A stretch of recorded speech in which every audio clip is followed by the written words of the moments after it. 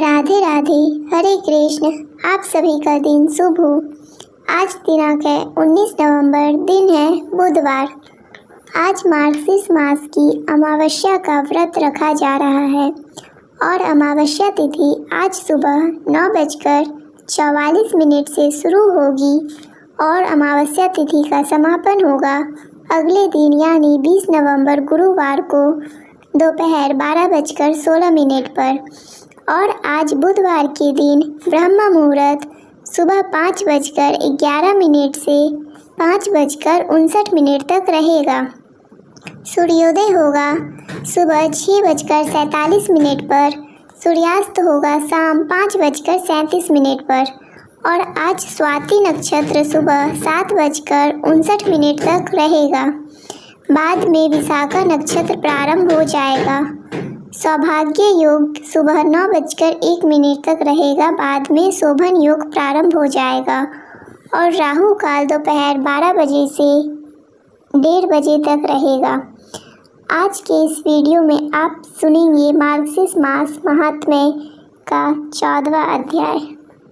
मार्गशीर्ष मास के शुभ दिनों में एक छोटे से ग्राम में मधुरानी नाम की गृहिणी रहती थी।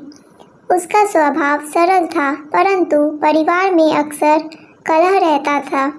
भाई भाई में मनमुटाव, पड़ोसियों में तकरार और घर में हमेशा तनाव का वातावरण बना रहता था। एक दिन गांव में एक ज्ञानी साधु आए। मधुरानी ने श्रद्धा से जल और आसन दिया। साधु ने कहा, बेटी, मार्गशीर्ष मास में यदि मनुष्य अपने भीतर की कटुता छोड़ दे और प्रेम का दीप जला दे तो भगवान विष्णु स्वयं उसके घर में सुख का वास कर देते हैं। इस मास का व्रत केवल पूजा नहीं, मन की शुद्धि का साधन है। मधुरानी ने साधु के बताए 3 नियम अपनाए। पहला नियम, क्षमा। उसने सबसे पहले अपने भाइयों से बात की। वर्षों पुरानी गलतफहमियां दूर हुई। घर में पहली बार प्रसन्नता का वातावरण हुआ। दूसरा नियम, सद्भाव का दीप। मार्गशीर्ष के प्रत्येक सोमवार और गुरुवार को वह घर के आंगन में दीप जलाती और कहती, हे भगवान, मेरे घर में प्रेम और शांति का प्रकाश रहे। दीप के प्रकाश से घर की नकारात्मकता मानो हटने लगी। तीसरा नियम, दान और विनम्रता। मधुरानी ने जरूरतमंदों को वस्त्र और अन्न दिए। उसके इस व्यवहार से पड़ोसियों का मन भी पिघला और धीरे धीरे सबकी तकरार समाप्त होने लगी। इसका परिणाम यह हुआ कि मार्गशीर्ष मास समाप्त होने तक मधुरानी का घर पूरी तरह बदल चुका था। जहाँ पहले कलह था वहाँ हंसी थी, जहाँ कटुता थी वहाँ मेल मिलाप था। धन से अधिक मूल्यवान है मन की शांति, और यह शांति मार्गशीर्ष मास में सत्कर्मों से प्राप्त होती है।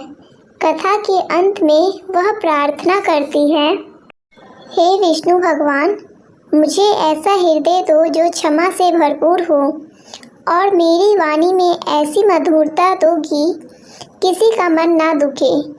यह कथा दर्शाती है कि मार्गशीर्ष मास केवल पूजा का समय नहीं, बल्कि परिवार और समाज में प्रेम, क्षमा और सद्भाव के बीज बोने का अवसर है।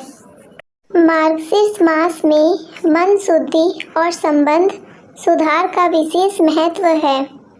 क्षमा, दीपदान और दान से पारिवारिक कलह दूर होता है। विष्णु लक्ष्मी की कृपा का मूल आधार है प्रेम, विनम्रता और सत्कर्म। व्रत तभी सफल होता है जब मन से दुश्मनी, कटुता और अहंकार हटाया जाए।